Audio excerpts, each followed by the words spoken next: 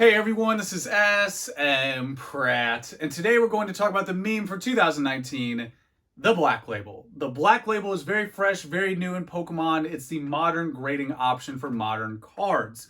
If you like collecting cards with tens of thousands of copies, but you don't feel like there's enough of a challenge, don't worry. Beckett will provide you with an option in the form of a Black Label. So Black Label is supposed to represent a truly flawless card, absolute perfection, no issues, no problems. So we're going to investigate that idea. How realistic is it? And most importantly, why are Black Labels not working right now for Pokemon? So that starting point of a Black Label being truly flawless, absolutely perfect, isn't always true. We've seen multiple examples that are off-centered, that have print lines or other defects that not only shouldn't warrant a Black Label, some that wouldn't even warrant a PSA 10 grade, which is supposed to be lower.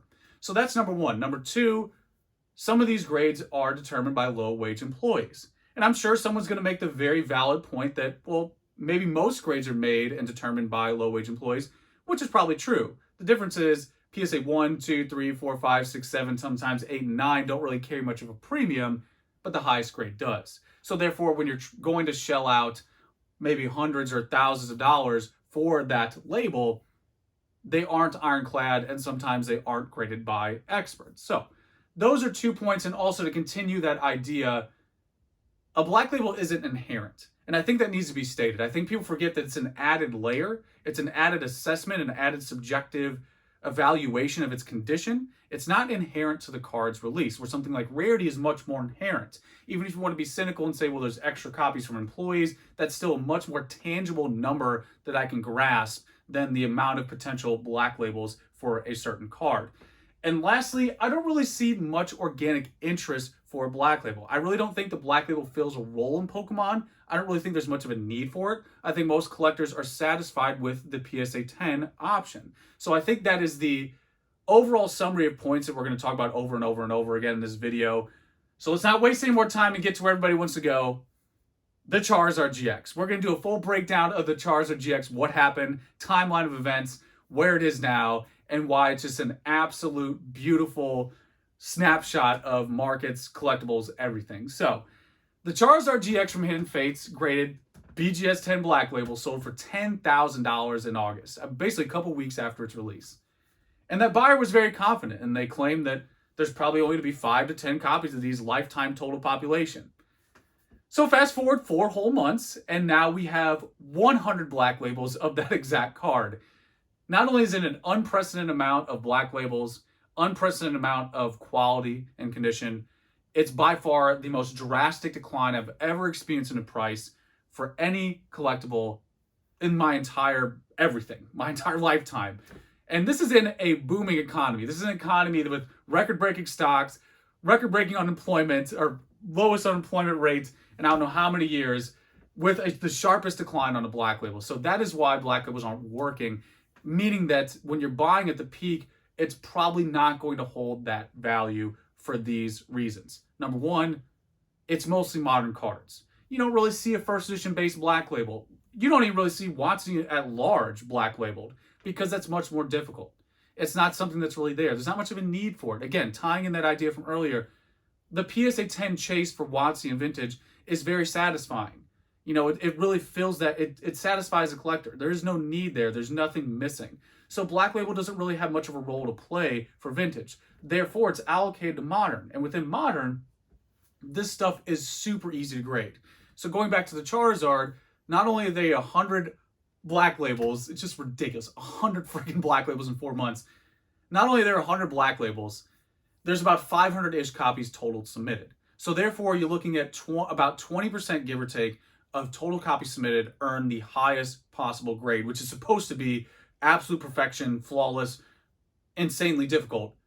That's about 20% result on total amount submitted. That's absolutely absurd. So that is the Charizard GX in a nutshell, is that initial buyer who came over, I'm assuming they were from sports or they're a cross collector from their hobbies, where for those who aren't aware, in modern sports, it makes sense when you're chasing a Black Label because usually it's on top of that inherent intrinsic aspect of rarity.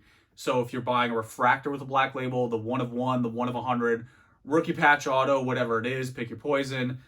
If you're getting a Black Label on top of that, it's a Black Label of a pool of 100 cards. Again, tangible, quantifiable, 100-ish of these cards released, if you have even that same ratio of 20%, which is very high, 20% of 100 is only 20 copies. It's a very, very small pool. So again, it's easier to build that position. That person who came in guns blazing at 10K and started buying all the additional copies and trying to catch that falling dagger or the falling master sword, because that thing just went straight through everything. The person who was doing that probably borrowed a lot of knowledge or experience from sports and didn't realize that the Charizard card is not rare. It's not rare.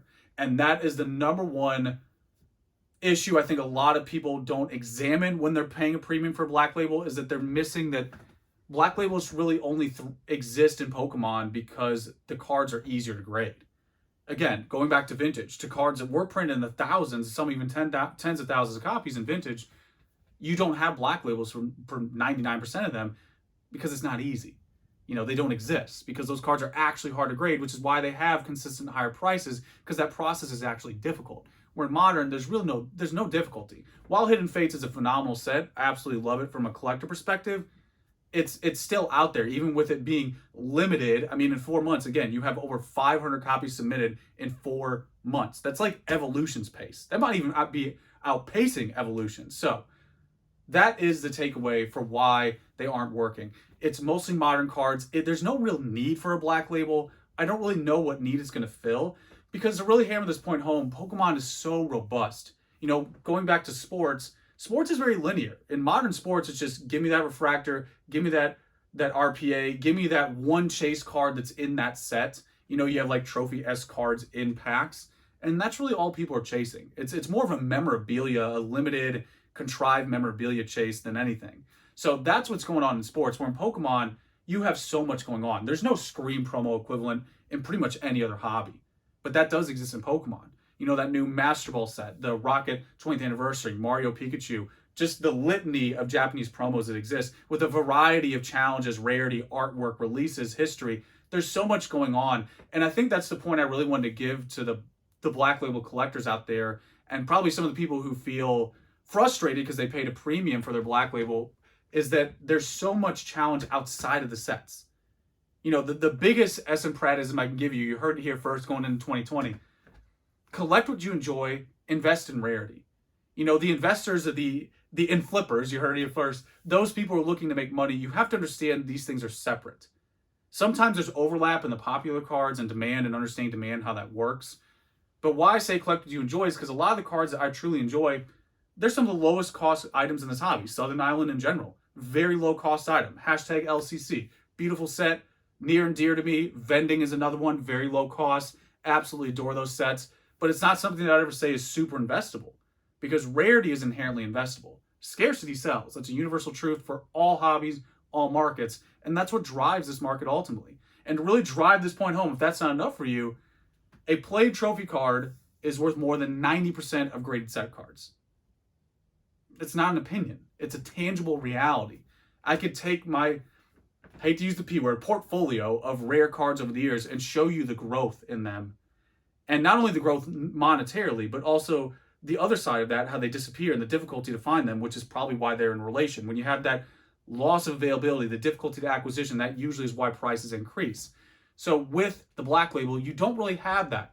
People assume that that's there. They assume there's a difficulty because the difficulty is only in the context of Modern. And it's not really that difficult. When you go back to the numbers of that Charizard, 20% of cards submitted is a lot of cards getting a grade. That's a lot. So therefore, the difficulty is usually borrowed from something else. Again, the refractor, when people say, wow, that Black Label Strasburg or whatever it is, pick your poison in sports, whatever that item is that hit that premium, it's on the back of that card already being a 1 of 5, 20, 100, whatever.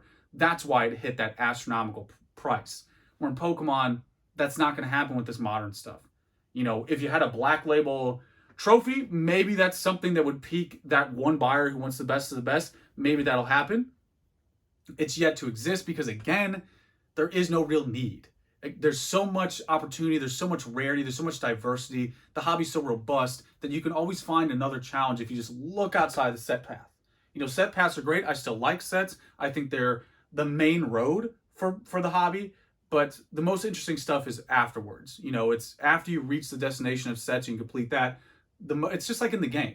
You're not going to sit there and fight Pidgeys and Rattatas all the time. You're going to move forward, go through the gyms, make your way to the Elite Four. Then you're going to try and speed run this. Then you're going to try to grind it out. Then you're going to try to break the record. Then you're not going to sleep for 24 hours. Then you're going to try to beat the game with one Pokemon. That's the cycle of a collector, is that you're always trying to move forward and progress. And that would be my advice for the disgruntled Black Label collectors, is that there's so much opportunity out there. It's just such a robust hobby. The rarity and challenge exist outside of that modern path. The Black Label really is just a linear add-on to a linear option. That's ultimately what the Black Label is right now. Maybe that'll change, who knows, but as it stands, those are the variables. That's, again, my opinion and my take on it, and I just don't know how that's ultimately going to change, because, again, the PSA 10 element is really the umbrella that satisfies everyone for collecting condition, and I just don't see the need there right now for Black Label. So there it is. That's my take on the Black Label. It has become a meme because of that just absolute falling dagger, that falling master sword of the Charizard GX from 10,000 to 1,000.